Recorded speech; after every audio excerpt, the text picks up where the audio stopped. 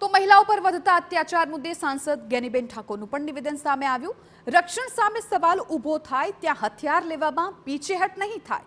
અમારી બહેન દીકરીઓ હથિયાર લેવામાં પીછેહટ નહીં કરે। જ્ઞાનીબેને બહેન દીકરીઓને ટકોર પણ કરી। ભાઈ અને પિતા માથું ઊંચું કરીને બજારમાં નીકળી શકે તેવું કરજો। બનાસકાંઠાના કાંકરેજમાં પાદરડી ગામે આ નિવેદન આપ્યું। એક ધાર્મિક કાર્યક્રમમાં જોડાયા હતા જ્ઞાનીબેન ઠાકોર કે જ્યાં તેમણે આ નિવેદનો આપ્યા।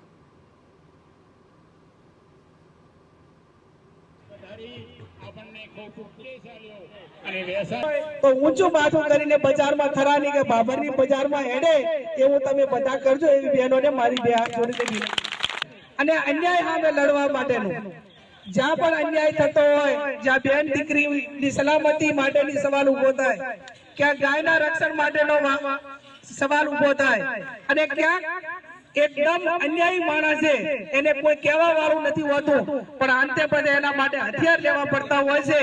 तो ज्यां पण जरूर पड़े त्यां मारी बेन दीकरीओ क्यांक हथियार लेवामां पण तमारा बधाना आशीर्वादथी पीछे नहीं करे एनी पण आप सौने